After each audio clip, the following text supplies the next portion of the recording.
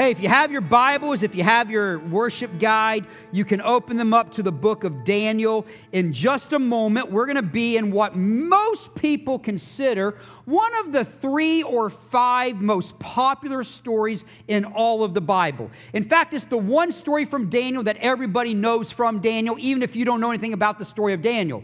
And that's Daniel in the lion's den. We'll be there in a moment. And listen, I'll be honest with you. I've been pastoring here now for 15 years, and I think maybe one time I've preached on Daniel 6. I couldn't find my notes in the file, so it's almost like brand new. Maybe it's because, it's just so familiar, but I think today we've got some new things that I think God will shed some light on this passage that maybe we haven't heard before. But here's the deal. The subtitle is called Standing Firm in a Culture of Compromise, and I shared yesterday on one of my media profiles that there's an old saying that says every man or every woman has their price. Every man, every woman has their price. Here's what that statement simply means. If somebody were to offer you enough of something, you would be willing to compromise your values, your morals, your ethics. You would leave what you say you believe. You would give up for a moment, for a season, the truth for whatever else they're offering you, because they're offering you something that touches your heart. And listen, we all have the price, and the point of this whole message is, what's your price? What's your price? What can someone offer you for you to leave what you say you believe? Listen, I'll be honest with you, okay? And I'm a work in progress. I am trying. I know some of you are going to find this hard to believe. Those of you who are regular attenders here at DRC, I am trying to eat better. Okay? I'm at that stage in my life where, listen, in the last month, I've only had 2 slices of pizza in the last month. Come on, folks. That's really good. I am trying to I'm trying not to eat so many fried foods, okay? I'm trying to cut down on that. I'm trying not to eat so many sweets and candies and snacks and chocolates. However, I got to be honest with you. On Friday night, I was speaking at an event down in Virginia Beach, and so yesterday, Tammy and I were driving back home, and we stopped in South Hill at Cracker Barrel. Come on, somebody, don't you know that Cracker Barrel can be from God and from the devil at the same time? And so we're getting ready to leave. I'm getting ready to take my ticket to the counter there. And right at the counter, there was something that was speaking to my name. And I'll be honest with you, I compromised because I saw this right here. The Candy Mega Buttons. Come on, somebody. I am a sucker for some candy buttons. And I compromised my diet for $2.49. That's how much it was. Listen, on the way home, on the way out of town there in Virginia Beach, I stopped at Duck Donuts. Why? Because that's from God. God told me to stop there. Not really. So I compromised my diet for $5 at Duck Donuts and $2.49 at Cracker Barrel. I hope your compromise price is way more than $7.49. But here's the deal. We've all been there. We all said, this is what I'm going to do. And then when you're in the moment, there's something that makes you feel good, something that looks good, something that sounds good, something that tastes good, and you compromise. If you're taking notes, here's what I want you to write down today. In a culture of compromise, how do you stand firm? It absolutely is essential that you understand what courage is. And here's what I want you to understand about this thing called courage. Courage is not an act, it is a habit. Courage is not an act, it is a habit. Courage is not a single spur-of-the-moment decision. You may have courage. You may have courage to do what is right when everybody around you is doing what's wrong in a single spur-of-the-moment decision. However, if you're just relying on every moment by moment to decide what you're going to do, what's right, what's wrong, what's good, what's bad, I promise you, you will live a life of compromise, because courage is developed over a lifetime. It is a pattern. It is a lifestyle. It is a behavior. It's not a spur-of-the-moment decision. And here's how it works. How many of you have a Facebook profile? Raise your hand. A Facebook profile. Go ahead, which should be almost everyone in here if you're over 40, okay? Because, yeah, everybody old uses Facebook. Everybody young uses other stuff. But here's the deal. Have you ever been on Facebook and you're scrolling down on your Facebook page, and all of a sudden an ad or a sponsorship pops up. Because why? The reason ads and sponsorships pop up is because they've noticed what you've been clicking on. They notice what you've been looking at for longer than a half a second. They know there's an algorithm in your phone or on your computer of what you've Googled. Listen, I get all kinds of things on Facebook right now from the 1980s. Why? Because one time I Googled I wanted to buy an A-Team t-shirt. The A-Team. I wanted to be B.A. Baracus. I pity the fool. That was me. And so now all of a sudden I get all kinds of A-Team t-shirt stuff. I Googled one time, there was a TV show in the early 90s called Family Matters. Anybody ever see the show called Family Matters? And I looked up to buy a t-shirt with the face of a guy named Steve Urkel. Did I do that?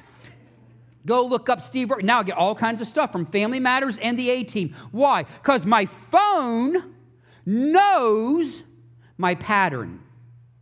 It knows what I am used to. It's got my habits. And courage is the same way.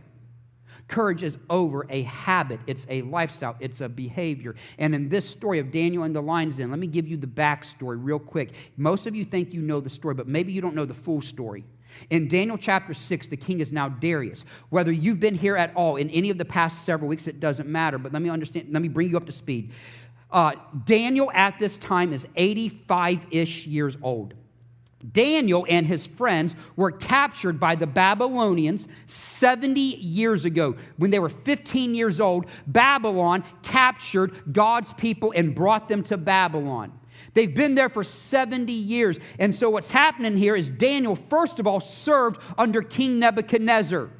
And that's where, Nebuchadnezzar had an experience with God through Daniel and through Shadrach, Meshach, and Abednego. Most likely at this time in Daniel 6, those three guys have most likely passed away. We don't know for a fact, but that's what most Bible scholars believe. They've passed away, and Nebuchadnezzar had his God moment. And then if you were here last week, Nebuchadnezzar passed on his reign to a family member named Belshazzar, his grandson. And Belshazzar became the king. And at the end of Daniel 5, Daniel interpreted the writing on the wall that Belshazzar saw at a party. And now the writing said, here's the warning, your time on earth is almost over. And Belshazzar promoted Daniel to the third highest ranking official in all the land. And King Darius from the Medes and the Persians, went to battle with the Babylonians. And the Medes and the Persians won the war. So they have now overtaken Babylon, the Medes and the Persians. And King Darius is now the king of Babylon, and he's keeping all the people who were in the court as part of his administration. Now, real quick before we get into this, let me just say this real quick. Daniel has a position of influence, and Daniel is still serving God. And did you catch what I said just a moment ago? Let me go on a 60-second rabbit trail. 60-second rabbit trail. What did I say just a moment ago? Daniel is serving God and using his gifts in his mid-80s. Listen to me. If you're a little bit of a seasoned person now, if you're 60 and older, can I just give you a word of encouragement? God's not done with you.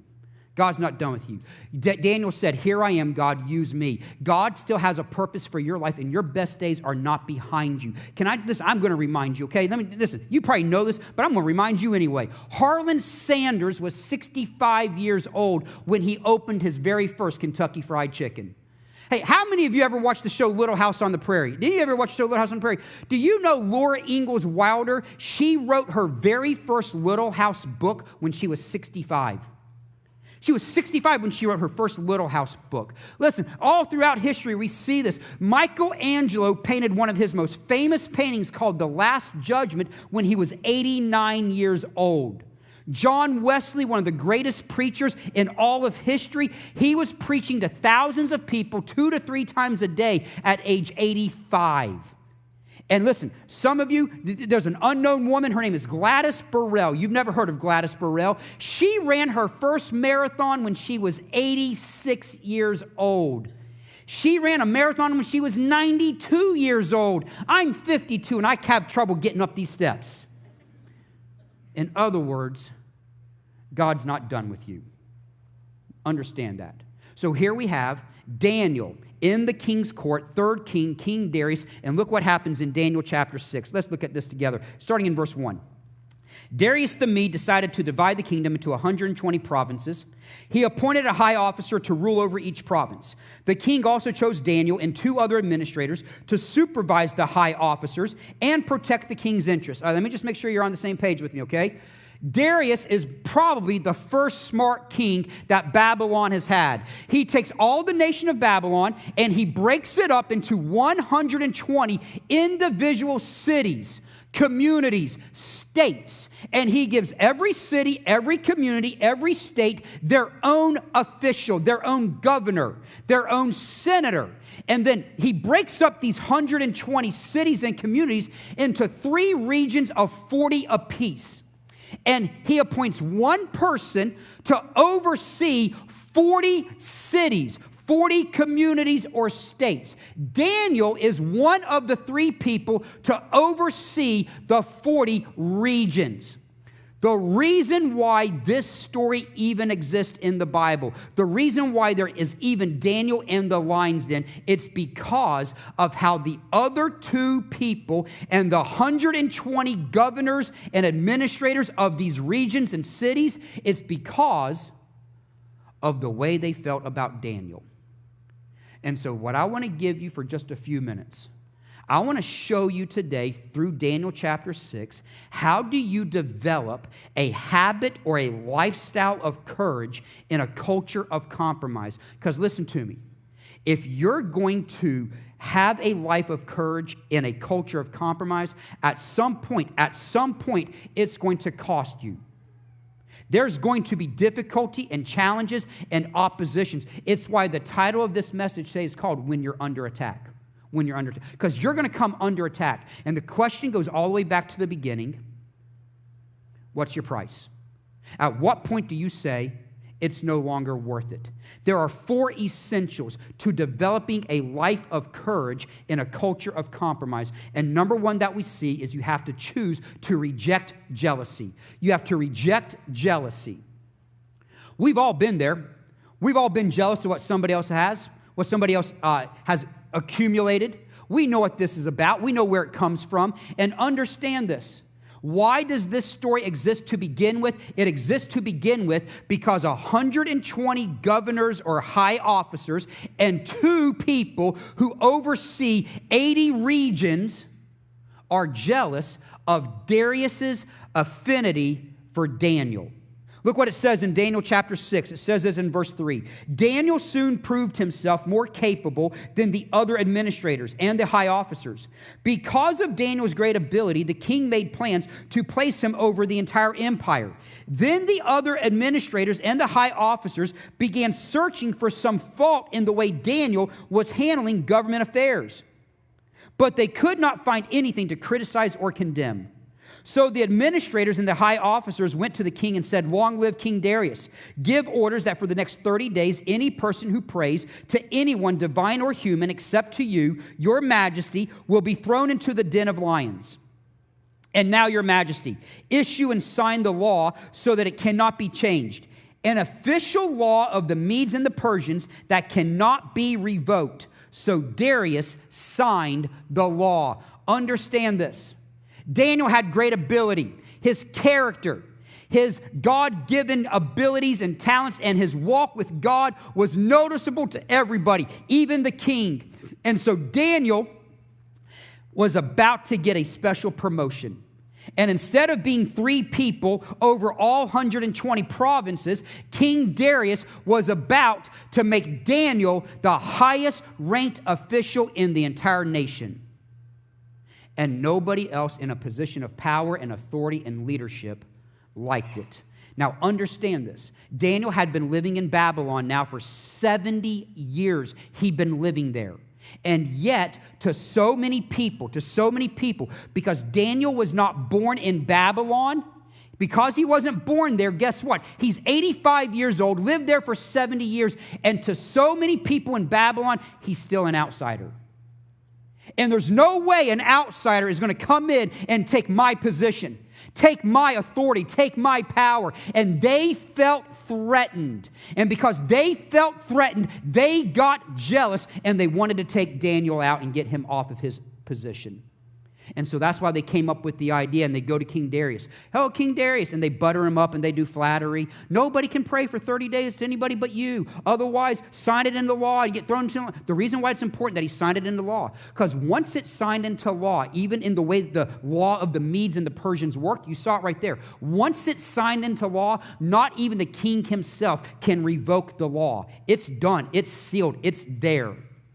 And there was jealousy. We've all been there. Jealousy starts with resentment. We resent what we don't have, and then we get upset at what someone else has. Now, jealousy has two branches. Understand this real quickly, okay? Jealousy has two different branches, and both branches we see in this story of Daniel. Branch number one is this: I don't like what you've got. That's one component of jealousy. And the idea is this: I know you. I know you. I know where you're from. I know what you do. I know how you used to be. And you don't deserve what you've got. So I resent what you've got because I don't think you deserve it. That's branch number one. And they said Daniel doesn't deserve it because he's an outsider. Branch number two is this: I'm worried and I'm fearful that you're going to take what I have. That's jealous branch number two, and that's where the high officials are. They were worried that Darius was going to give Daniel the power over their provinces and over their areas. And so they were upset that Daniel was getting promoted because Daniel didn't deserve the promotion in their eyes. And they were worried that Darius was going to give Daniel what once belonged to them. That's how jealousy works. It goes from resenting what you have, and then I'm worried that you're going to take what I have. Listen, I'm no fisherman. You know that. I don't know anything about fishing, but here's what I do know. I know that when fishermen go out and they go fishing for crabs and they put crabs in a bucket, they never have to worry about the crabs getting out of the bucket. Why? Because it's not because they can't climb out of the bucket. The moment one begins to climb out of the bucket, all the other crabs pull that crab back down into the bucket. Why? Because they don't want any crab getting freedom or getting out of the bucket if they all can't get out of the bucket. That's called jealousy. If I can't have it, nobody deserves it. There's a German word that was developed during World War II. It's called Schadenfreude or Schadenfreude, however you want to pronounce it. Schadenfreude, and it's made up of two words. The word Schande means harm or damage, and the word Freud or Freude means joy. Here's what the two words in connection means. It means I find joy in your harm. It's harm, joy. Schadenfreude. And so what happens is that you've got a whole group of people who are finding joy in someone else's pain. And look what Scripture says in James chapter 3, verses 15 and 16. Someone may want to write this down. I don't think it'll be your life verse. I don't think you're going to put it on a refrigerator. But look what it says anyway. It says, for jealousy and selfish ambition are not God's kind of wisdom. Such things are earthly, unspiritual, and demonic. For wherever there is jealousy and selfish ambition, there you will find disorder and evil of every kind. Notice the 5 things it says. It says jealousy is earthly, it's unspiritual, and then it goes even to greater depths. It says, and it's demonic. And then it says this, jealousy is not God's kind of wisdom. And then at the very end, just for good measure, there in verse 16, it says that jealousy opens the door to every other evil in your life. Gossip, slander, lies, greed, rudeness comes from you being jealous of what someone else has. And listen to me. At no point in human history has it ever been easier to be jealous of what someone else has. Why? Because of the invention of social media. We see it now everywhere. We see their material possessions. We see their relationships. We see their circumstances. And we get upset that they have what they have because we deserve it. Listen, you look at online and you see it today. You'll see people posting, oh, I had the best vacation ever. I just took the family to Disney World. I just went to the beach. I just went to New York City. Woohoo! And here you are. I went to Yanceyville. Yeah, baby. Yeah, I went to Tiny Town. Woohoo! You look at their meals and they go to fancy restaurants. They go to Ruth Chris or to the Green Valley Grill over in Greensboro. I went to Sam's Deli. Yeah, I got me a hot dog and a 4-berry sundae. Woohoo! You see all the pictures of their house that could be on Southern Living, and then you see your house and you could be on Cops.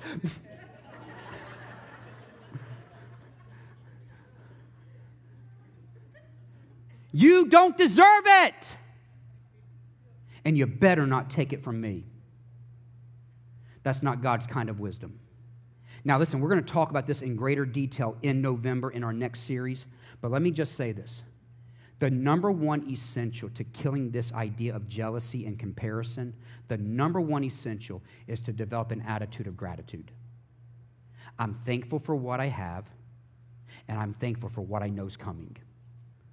You want to develop a life of courage in a culture of compromise, you have to reject jealousy. Number two, you have to choose integrity. You have to choose integrity. Integrity is when you simply choose, I'm going to live what I say I believe, regardless of the consequences, regardless of what anybody else says. Integrity. Think about this. I mean, come on. Daniel had been walking with God in Babylon for 70 plus years. Now, he's been walking with God for more than that. I'm going to show you that in a minute. But for 70 years in Babylon, he's been walking faithfully with God. Here he is, 85 years old. Don't you just get to a place at some point in your life where you're like, you know what? God, for just 1 month, I can take off. For just 1 month, I don't need to read the Bible. For just 1 month, I don't need to go to church. For just 1 month, I don't have to tell my friends what I'm learning and what Listen, in the grand scheme of things, I'm 85 years old, God. What's 30 days? Daniel is being asked to not pray to God for 30 days. What if he just goes out there and he just acts like he's praying to Darius, but he's not really praying? What if I just go through the motions, but in my heart, I know I'm not praying to the king of Darius, I'm praying to the king of Jesus? What if I just go through the motions? What if I just skate by and slip through the cracks? Daniel could have done that. But even in the face of the lion's den, Daniel lived what he said he believed.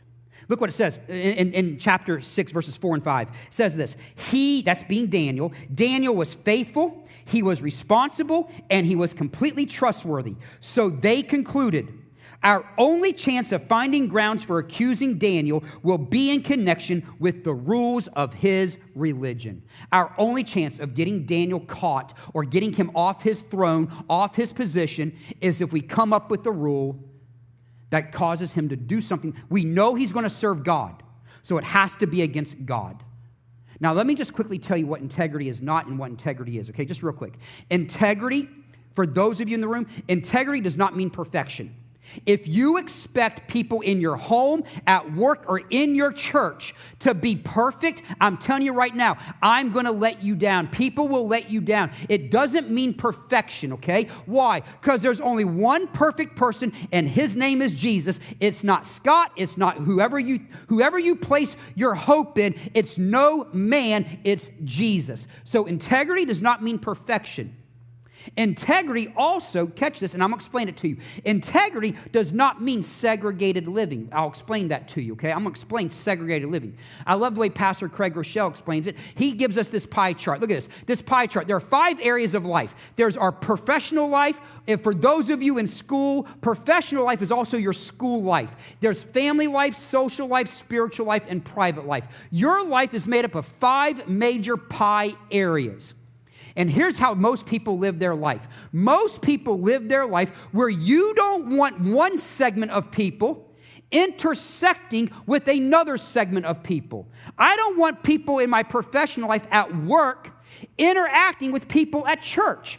They're 2 separate components. It's called compartmentalized living. I don't want people at church interacting with people in my social life, people I go to the gym with, people I play sports with, people I hang out with. I don't want people from my social life or interacting with people from my church life. I don't want people at church, my spiritual life, I don't want them ever knowing what I do in my private life. Everything is separate. That's not integrity. Integrity is wholeness. Integrity is integrated living. It's with every piece of the pie. I don't have this chart, but it's every piece of the pie is defined by one word, and that word is Jesus. That's Christian integrity. That is integrated or in an intersection where Jesus intersects in every area of your life, and you don't care. You don't care who knows what you're doing, who you're with, or where you're at. It means everybody in my professional life can know people in my social life. Everybody in my social life can know people in my family life. Everybody in my family life can know people in my spiritual life. And all four of those areas, whatever people think about me in those four areas of my life, it matches who I am in my private life. That's integrity. He went on to Pastor Rochelle about talking about this one example, about this guy who was a home builder for 40 years. He was the best builder of homes in his entire community. Everybody knew him. He did the best homes, the best quality. And for 40 years, he worked for a company. He was never the boss, never the owner, but he worked and had a great reputation. And after about year 35, he came to the boss and the owner and he said, at 40 years, I'm done. I'm retiring. You got a 5-year notice. Just know that. You better be preparing and mentoring and getting other people ready. At year 36, 4 years. Year 37, 3 years. Year 39, I've got 1 year left. I've got 6 months left. I've got 2 months left. And towards the very end of that 40 year, the boss and the owners came to him and said, hey, listen, we've got one special customer that we want to build one house for, and you're the only one can do it. He got a little frustrated. He got a little agitated. I've given you 5 years of notice, and now with just a few weeks and months left, you want me to do this? He said, listen, I would not ask you to do it if it wasn't extremely important to me and to the co-owner. Please do this. So he reluctantly agreed. And as he got into the project, he began to cut corners. He hired subcontractors who weren't up to quality. He got cheaper material. He went faster than he's ever gone before. And at the end of the project, even though on the outside of the house, it was a beautiful house on the outside, looked just like all his other homes, but he knew inside it was not up to standard. And at the end of the project, the owners came to him and said, for 40 years of gratitude and value and thanks, and for everything you've done for our company, here are the keys to your brand new house. And that home builder understood something that one day everyone in this room, everyone on Facebook, everyone on YouTube, that we will all understand one day, and that is this. Every day, with every decision we make, we are building our own home. Tomorrow, when you go to work or whatever you do with your life, tomorrow, every decision you make tomorrow is going to be a decision of selfishness and pride and position and title, or it's going to be a decision of generosity and giving back to others. Every word and everything you speak tomorrow is going to be a word of gossip or slander or rudeness or complaining. It's going to be a word of lying and gossiping. Or it's going to be a word of encouraging and lifting up and motivating others to become more like Jesus and using the gifts God's given them. Tomorrow, in your world, you're going to be critical and complain and be harsh and judge people. Or you're going to extend an umbrella of grace. Every decision you make, you're building your home. Because here's the opposite of integrity. The opposite of integrity is hypocrisy. And there's no one that Jesus had harsher words for. Go read Matthew 23. The harshest words Jesus ever had for anyone were the religious elite who were hypocrites. They looked really good on the outside, but inside it was nothing but dead bones. And Daniel shows us that integrity matters and integrity is possible. But here's what he shows us. He shows us that integrity, in a culture of compromise, integrity will cost you. And are you willing to pay the cost? Because here's what he shows us. When you have integrity, nothing else in life matters. And when you don't have integrity, nothing else in life matters. How do you develop a life of courage in a culture of compromise? I reject jealousy and I choose integrity. Number 3, I live prayerfully. I live prayerfully. When you think about what it is that actually got Daniel thrown into the lion's den, when it comes down to it, what was the law? The law said you cannot pray to anybody, divine or human, except to Darius. And why was Daniel thrown into the lion's den? Because Daniel chose to pray to no one except the living God. And look what it says in Daniel 6, verses 10 and 11. It says, but when Daniel learned that the law had been signed, he went home and knelt down as usual. There's the habit, a pattern. He went to his upstairs room with its windows open to Jerusalem, and he prayed 3 times a day. Just as he had always done. It was a lifestyle. It was a habit. And what did he pray? He gave thanks to God. Then the officials went together to Daniel's house. And what did they find him doing? They found him praying. And what was he doing? Asking for God's help. Even as an 85-year-old man who had been living his entire life walking with God, he still knew, I cannot do it without God's help. This life is hard. This culture is difficult, and the cost is great. And as an 85-year-old man, I'm still not sure I can do this without God. And look, go back to the main point, live prayerfully. The first word there, live, the live says it's a discipline. That means it's a habit. As was usual, 3 times a day, this is what Daniel did. But he lived prayerfully, and the prayerfully part, yes, it's discipline, but understand what Daniel was doing. Daniel was asking for God's help. And why do so many people who say they're Christians not pray? Because we don't think we need God's help. Listen, I had one pastor say it this way. He said, I'm an American. I'm an American. What are the last 4 letters of an American? It's I can.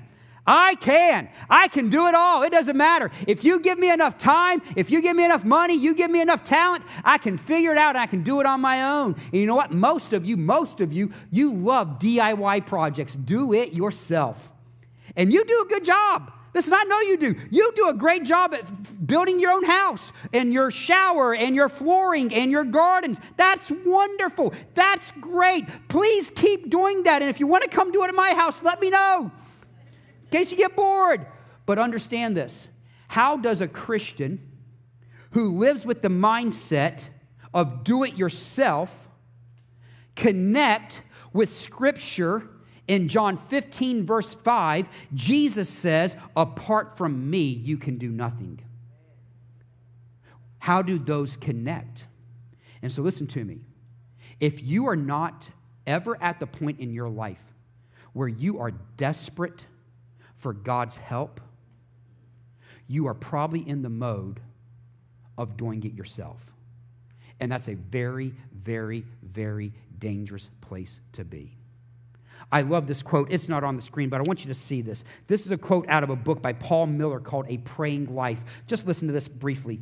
It says, if you are not praying, then you are quietly confident that time, money, and talent are all you need in this life. You'll always be a little too tired. You'll always be a little too busy to pray. But if, like Jesus, you realize you cannot do life on your own, then no matter how busy you are, no matter how tired you are, you will find time to pray. The core of effective prayer is not discipline, it's desperation. So if you are feeling overwhelmed, defeated, weak, insufficient, there's good news. You're in the perfect spot to pray. And all you need is the one you're praying to.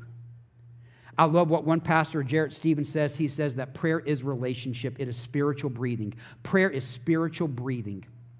I told you that Tammy and I was down there in Virginia Beach on Friday night for a speaking event, and on Friday afternoon, we went shopping, and we lived it up when we went shopping. We went to TJ Maxx. Come on, folks. We went to TJ Maxx, and then we went to Ross. Why? Because we dress for less. That's what we do. When we're on. I didn't say we wear less. I said we dress for less. And so there we are at TJ Maxx, and on Friday afternoon in Virginia Beach, there are just hundreds of people at TJ Maxx shopping. And I'm over here shopping in my men's department, and Tammy's over there shopping in the ladies' department, and they're right across from each other. But there's just people everywhere, all over the place. And I'm looking, and then all of a sudden I hear these words, "Hey, Scott." It wasn't very loud. It was just a normal talk. And everybody's around me. There's noise. There's TJ Maxx. It's all over the place. And I hear, "Hey, Scott." And I look up, and I know someone's trying to get my attention. And I look over, and it's my wife. And she says, "Hey, what do you think of this sweater? Do you think I'll be too hot in it tonight?" And I'm like, "Babe, you're always hot. I'll be here all night." There's a reason why she's not in this service, because she got mad at that joke in the first service. No, she's outside, I think. But here's the deal. In a crowded room with all kinds of noise and all kinds of people and all kinds of distractions, my wife, in a very small tone, said 2 words, "Hey, Scott." And because there's no voice in this world that I know better than Tammy's, I looked up and I knew someone was getting my attention. Here's my question, especially for those of you who call yourself Christians. For those of you who call yourself Christians, does God know your voice? How well does God know your voice? One of the great pastors of the last 75, 80 years passed away not too long ago. Actually was born right here in Danville. Many of you know his name, Charles Stanley. Charles Stanley made this quote. He said, "God does not have favorites, but he does have intimates." He doesn't have favorites, but he does have intimates. Can you put that quote up on the screen for me? I want people to see that because someone wants to write this down. And so here's the idea. How intimate is God with you?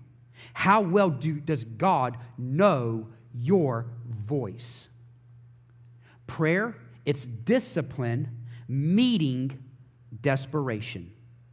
It's when you understand, apart from him, I can do nothing.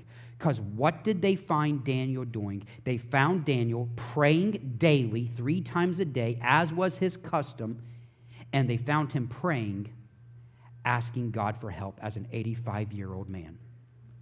How do you develop a lifestyle of courage in a culture of compromise? I reject jealousy. I choose integrity. I live prayerfully. And number 4, I trust God always. I trust God always.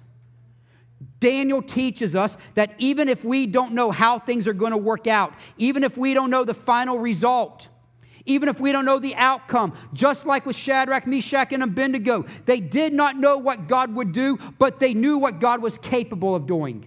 Daniel did not know what was going to happen when he got thrown into the lion's den, but he trusted God anyway. Real talk is this.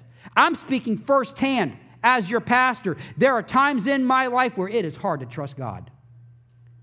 I don't know if you've discovered that. My guess is there's some of you in this room where sometimes it is hard to trust God. It's hard to trust God when you still don't have that job and you've been praying and you've been applying. You've made looking for a job, a full-time job, and you still can't find it. I'm trusting God. You're trying to trust God and you heard what the doctor said and you know the outcome, you know the results of the test. You're trying to trust God. When is my spouse going to come to church with me? When's my son or my daughter or my grandson, when are they going to come back and start believing what I taught them when they were kids? When's it going to happen? And remember, our job is not dealing with the outcome. Our job is dealing with whether or not I will obey.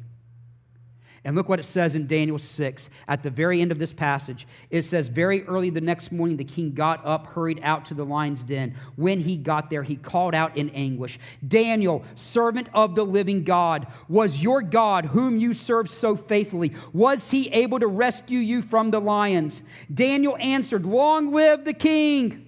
My God sent his angel to shut the lions' mouths so that they would not hurt me, for I have been found innocent in his sight. I have not wronged you, your majesty. The king was overjoyed, ordered that Daniel be lifted from the den. Not a scratch was found on him, for he had trusted in his God.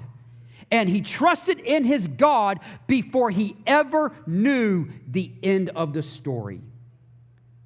When will you trust in God? What will it take for you to trust in God? I heard one pastor say it this way. He said, you don't have to understand completely to obey immediately.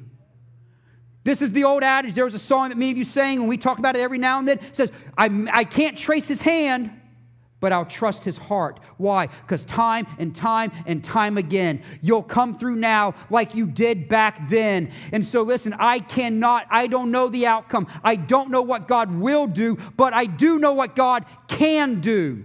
And I know, listen, I'm going to cling to his promises. I'm going to cling to his goodness. I'm going to hold on to it for dear life. Why? Because I know that all things work together for the good to those who love him. I know that my God will provide all my needs according to his glorious riches. I don't know the outcome, but I know that my God will never leave me nor forsake me. I don't know the outcome, but I know that he will rescue the brokenhearted. I don't know the outcome, but I know that he will rescue those who are crushed in spirit. He is mighty to save. He is good. He is all powerful, and I can trust God.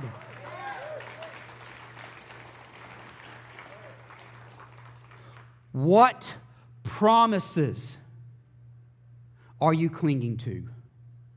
Who are you holding on to? Are you trusting in your power? Are you trusting in what you see? I will put my hope in God. Whether you know the end of the story or not, the end of the story is incredible, because just like Nebuchadnezzar, at the end of his life, he realized who God was. At the end of Daniel 6, Darius makes a decree through the whole nation. And he says, from this day forward, no one in Babylon will ever pray to any other God except the God of Daniel. Why? Because he chose to live courageous in a culture of compromise. Here's the final thought. The final thought is this, and someone, you may want to post this somewhere. I cannot control the outcome, but I can choose to surrender control. I can't control what's going to happen, but I can surrender control to God. I don't know what's going to happen, but I'm going to obey, and I'm going to surrender. All I know is what God can do. And I will build my life on what he can do, even if I don't know what he will do. What today is keeping you from living courageous? And I'll ask you here at the end, like I did at the beginning, what's your price? What's your price to leave what you say you believe? Let's pray. With your heads bowed and your eyes closed, I've asked our team. They're going to lead us in this song. I love this song. It's an older worship song. It reminds us that our God is mighty to save. Shine your light. Shine it on me and shine your light through me. Take me as you find me, God. Take my fears, take my failures, take my difficulties, take my struggles, take my frustrations, take my hurt, take my jealousy, take my desire to do it on my own, and let me do it your way for your glory. You've heard at least 4 major statements, ideas today. And here's what I'm believing. I'm believing that at least one of those, God has spoken to your heart about. And if there's an area where God is working in your spirit today, at some point during this song, it's not very long, but at some point during this, come and do business with God at the altar. Come and ask him like David did. Or as Daniel did. Come and ask God like Daniel for the help you need to live the life he's called you to live. Lord Jesus, speak to us now. In Jesus' name I pray, amen. Let's stand, let's worship, and let's respond.